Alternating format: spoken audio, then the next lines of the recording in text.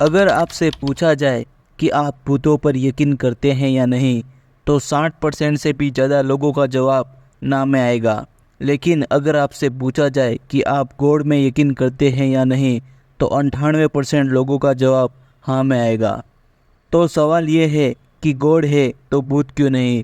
खैर, यह विषय लंबी बहस का हो सकता है, लेकिन अमेरिका में बाकायदा इस पर लंबी बहस हुई है। आज की कहानी अदालत की इसी प्रोसीडिंग की कहानी है। यह कहानी इंसान और शैतान के बीच की बेहद डरावनी कहानी है।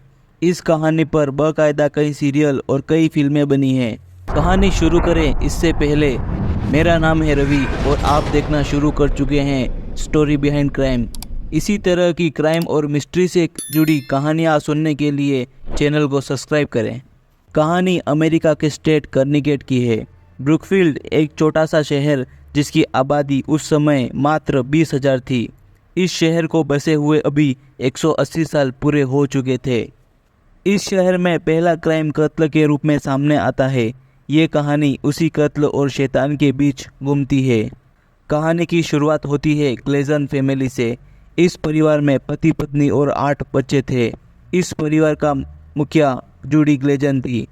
बड़ी बेटी डेबी 17 साल की और छोटा बेटा डेविड था।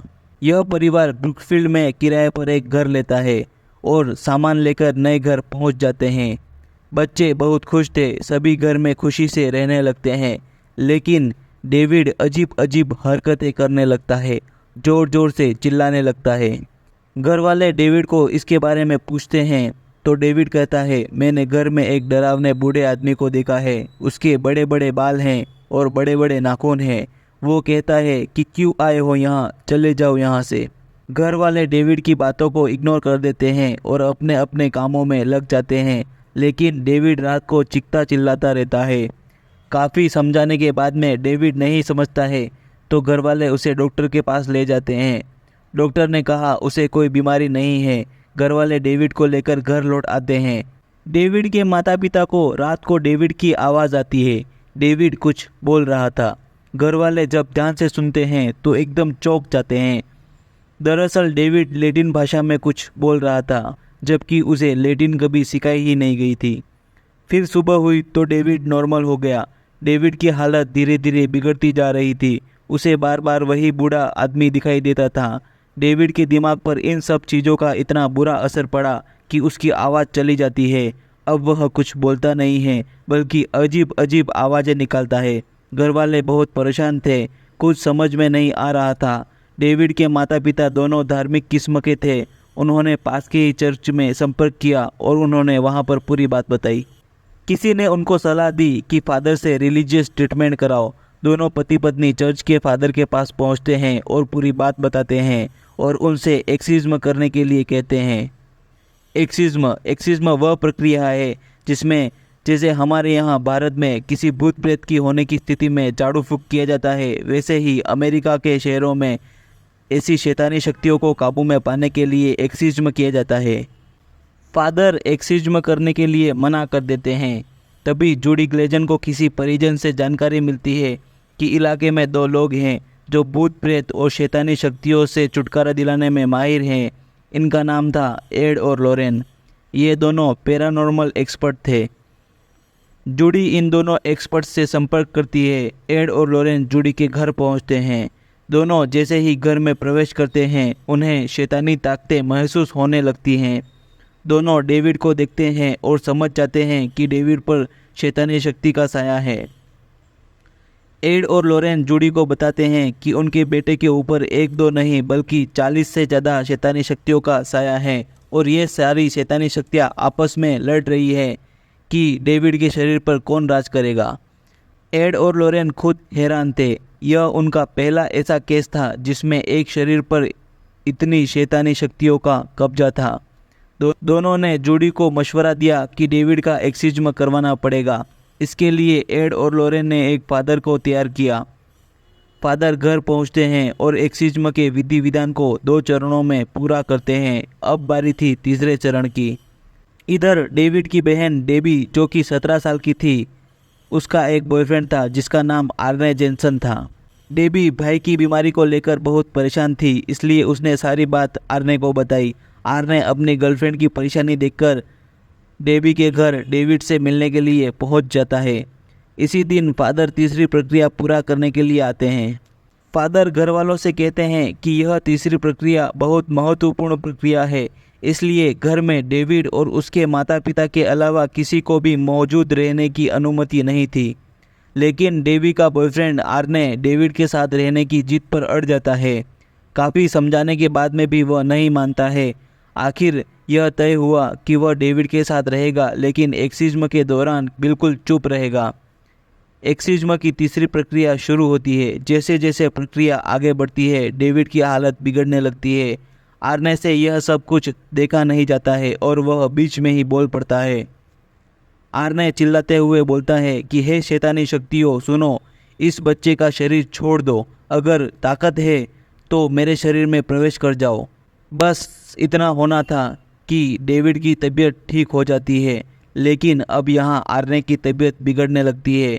डेबी आर्ने की तबीयत को देखकर समझ जाती है कि आर्ने के शरीर में सारी शैतानी शक्तियाँ आ चुकी है। डेबी एड और लॉरेंस से मदद मांगती है, लेकिन दोनों मना कर देते हैं। एड और लॉरेन ने डेबी के घरवालों से कहा कि आर्ने पर नज़र रखना, वह कुछ भी कर सकता है। साथ ही यह जानकारी पास के पुलिस स्टेशन में भी दे दी जाती है, लेकिन पुलिस वाले इन सब बातों को सुनकर हंसी मजाक में इग्नोर कर देते हैं। धीरे धीरे आर्ने की तबीयत बिगड़ जी जाती है। इसी दौरान डेबी की नौकरी एक सैलून में लग जाती है। आर्ने डेबी से कहता है कि मैं भी तुम्हारे साथ सैलून चलूँगा, आज तुम्हारा पहला दिन है, शाम को पार्टी करेंगे। यहाँ डेबी के माता पिता और बाकी परिजन भी डेबी के सैलून पहुँच जाते हैं। सैलून का मालिक सबका स्वागत करता है। वहाँ सैलून में एक लड़का काम करता था, उसका नाम था एलन। अचानक डेबी के परिवार को लगता है कि एलन डेबी की छोटी बहन मैरी को घूर रहा है। आर्ने दूर खड़ा हुआ ये सब देख रहा था। तभी आर्ने को गुस्सा आता है, वो एलन पर हमला कर देता है।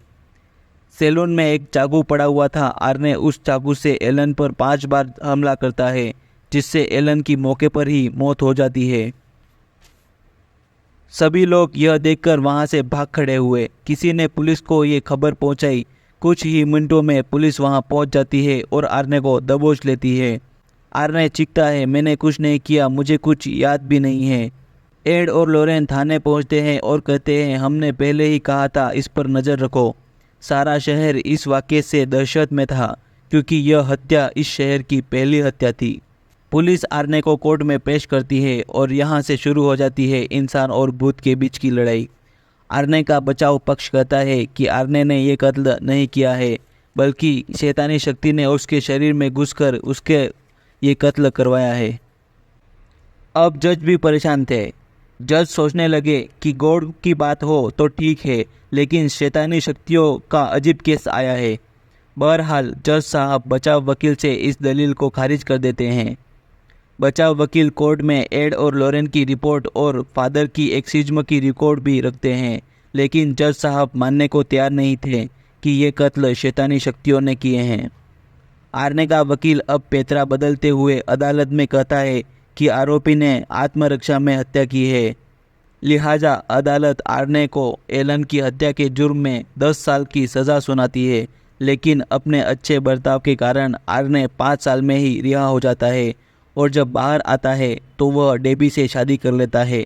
दोनों के बच्चे भी हो जाते हैं। धीरे धीरे आर्ने बिल्कुल ठीक हो जाता है और यहाँ डेविड भी अब पूरी तरीके से ठीक हो चुका था। अब साल 2007 आ जाता है। 2007 में डेबी और उसके परिवार वाले कोर्ट में एड और लॉरेन के खिलाफ केस करते हैं। रिपोर्ट में कहा गया कि एड और लॉरेन ने उनकी कहानियों का गलत इस्तेमाल किया। दोनों ने कहानियों से बहुत पैसे कमाए।